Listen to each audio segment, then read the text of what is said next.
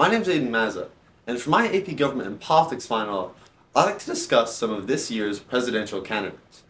Just a few weeks ago, I was doing some research, and I found a name that I wasn't familiar with. Robert Kennedy Jr. This name really stuck out to me. If you're anything like me, when you think the Kennedys, you think of the young and charismatic John F. Kennedy. Wonderful leader. So, needless to say, I was pretty excited about the prospect of a Kennedy running for office. So then, naturally, I did some research. Some very interesting research. The first thing that I learned about RFK Jr. was he's quite a bit older than I expected. By a lot, actually. He's 7 years old. Now, that's fine though, right? I mean, a lot of American politicians at that age, and they can still make for good presidents, right? Well, I thought it was fair to judge him off his economic policy next, to get a good idea about what this guy was about. And according to him, well, let me just check my notes.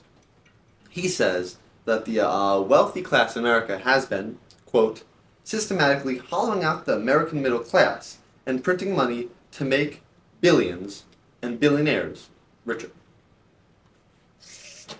Well, hello, comrade. Now I'm no communist, but I don't mind a president who wants to strengthen the middle class. Following this reassuring info, I wanted to do some research on something near and dear to my heart, environmental policy. So, when RFK described himself as, quote, the leading environmentalist in the country, I was pretty excited about this guy's policy. It seems like he hit a perfect middle ground for all those disaffiliated Americans who don't fall in with either party. So, why is he so fringe? What's that? Robert Kennedy's calling, and it sounds like he's got something important to say about COVID-19. Yes, Mr. Kennedy. In fact, COVID-19, there's an argument that it is ethnically targeted. COVID-19 attacks certain races disproportionately. The races that are most immune to COVID-19 are Caucasians and black people. The people who are most immune are Ashkenazi Jews and Chinese.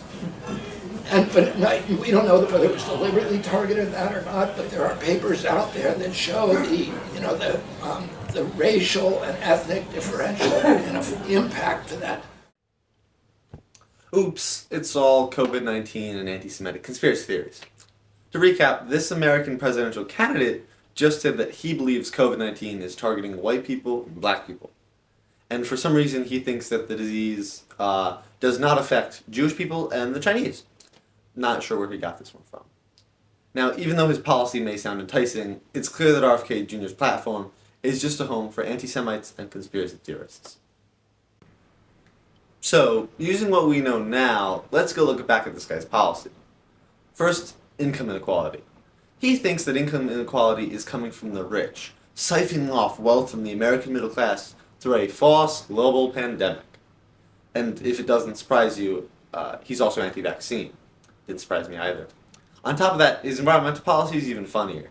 He believes that, and I have to check my notes for this one, quote, Bill Gates and the World Economic Forum and the Billionaires Boys Club in Davis is running the show. Not even sure what that means. And one more thing, he's against nuclear power. He doesn't have a grandiose conspiracy theory about that one. I just think he's stupid. Now, it's plenty of fun to laugh about how insane this guy's conspiracy theories really are. But I want to take a break from that for just 1 second. I want to talk about how damaging these theories really are. We live in a scary world, and it can be hard to find answers. RFK Jr. preys on this, and he takes advantage of millions of Americans' fear and anxiety to perpetuate wild and anti-Semitic conspiracy theories.